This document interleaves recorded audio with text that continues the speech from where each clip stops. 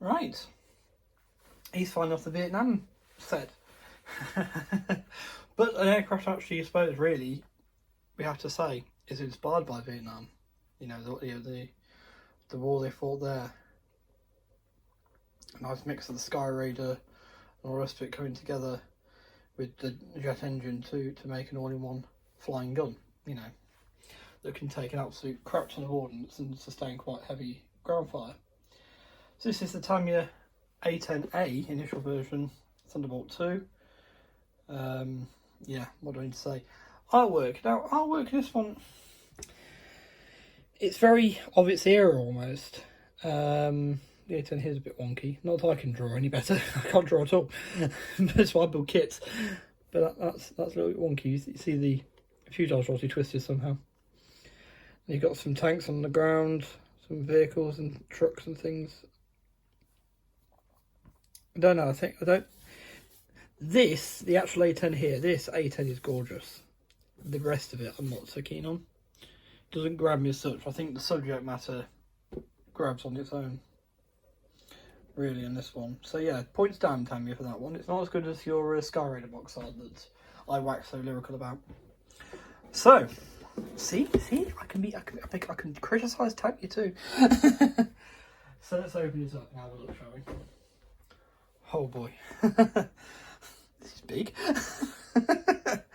Anyway, apparently those little flying stands I've got, it will fit this aircraft on it and hold them, which is interesting. So there's 2 sprues in the bag. Oh, do we allow that?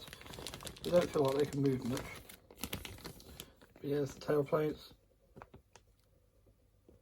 Is that recessed or is that? Oh, it's raised lines. Oh, so it's an old kit.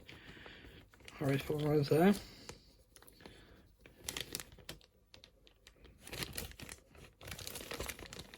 There's the engine cowlings, some weaponry here, different types, a pilot, and that's something, that's a boat up. Yeah, so I know there's much newer A10s out, but I am a Tamiya fanboy, aren't I? There's the wings, upper and lower. Again, yeah, it's raised detail, but maybe it's on the real one. I need to have another look at the real one. Oh damn, I'm missing the trick stuff. Oh well. But I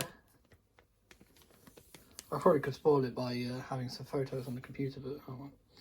You notice, by the way, I've made sure the logo is more in view here, because that's an A10. I fly using an A10 fly stick and a throttle replica of both. So officially licensed as well, which is really cool. So yeah, but no, that's cool. You've got the pre-drilled slots for all your stores. There's no doing a clean one. Maybe that's a markdown. Oh, that's a markdown. Transfers included in the parts. That's going to slide around and get bent and all sorts, isn't it? So they all are hiding underneath there. So we can't really comment on the transfers too much. They look thinnish. I can just try to see that one there. Looks kind of thin. Sorry, knocking the camera. Yeah. And this all your stores. Some more engine detail there. Wheels. Yeah, different armaments for it. Just 2 sprues the same there.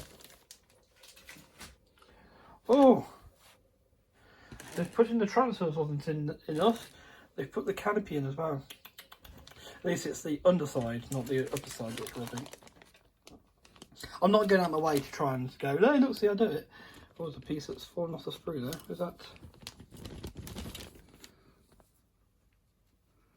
fallen off the sprue? Is that snapped off? Oh. Because it looks like it's the opposite of this.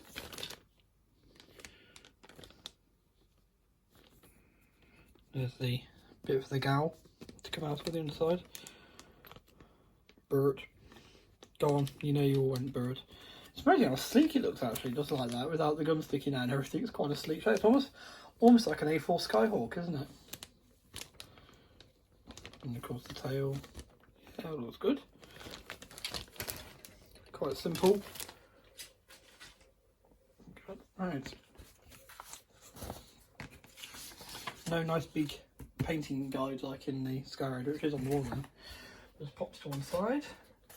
Let's have a look at the instruction sheet. So you do get, see the need for close air support.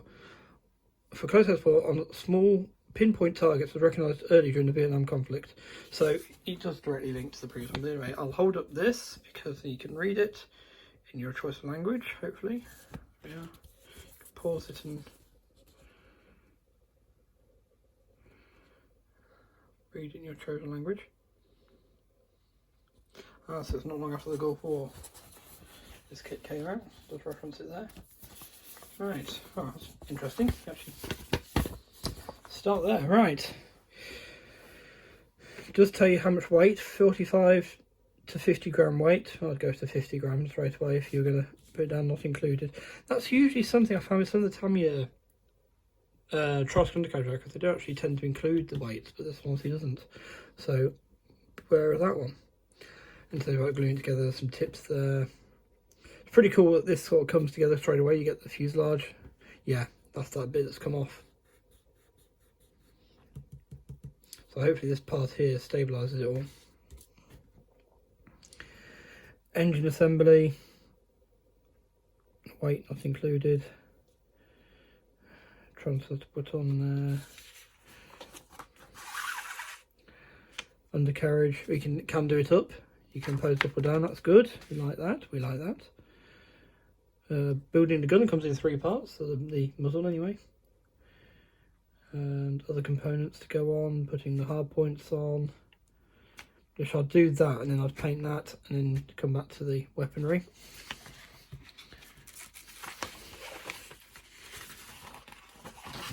So you're building more weapons, so you've got 2 stages of building weapons, and there's 1, 2, 3, 4, 5, 6, 7, 8, 9 different types of weapon to put on it.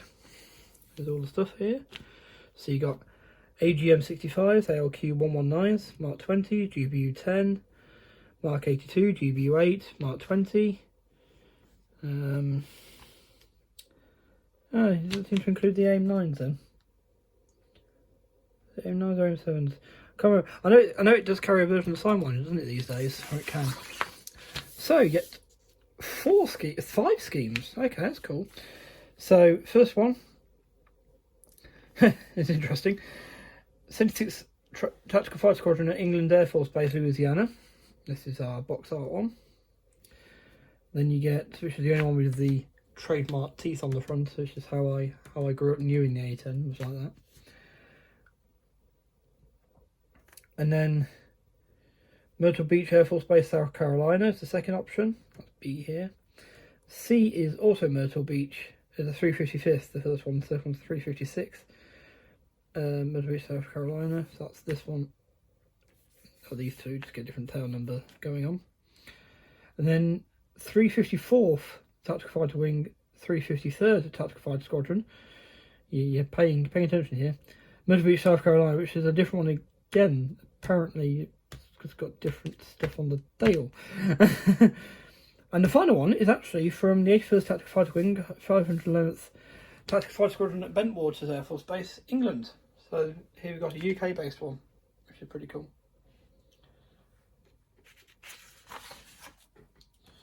But yeah, so it looks like one of Tammy's older kits, but hopefully it should be a good build. I mean, yeah, I do have to mark them down in a few places there though, because that's not good. That's not good having your canopy sliding around like that.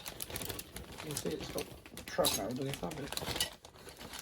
And I'm really disappointed that at the very least I'd have wanted that the other way around. There's not even a protective tissue paper on it to stop it getting all scratched to hell. Bit of a mark down there, Tamiya. Hopefully the build makes up for it. But yes, thanks for watching. Hope you enjoyed. Hope it helps you buy. You can see everything that comes with it now and its configurations. And maybe, I don't know, maybe you can pick this one up cheaper than you can some of the other A10s. If you just want to build an A10, perhaps this will do you. But remember, it's a big model.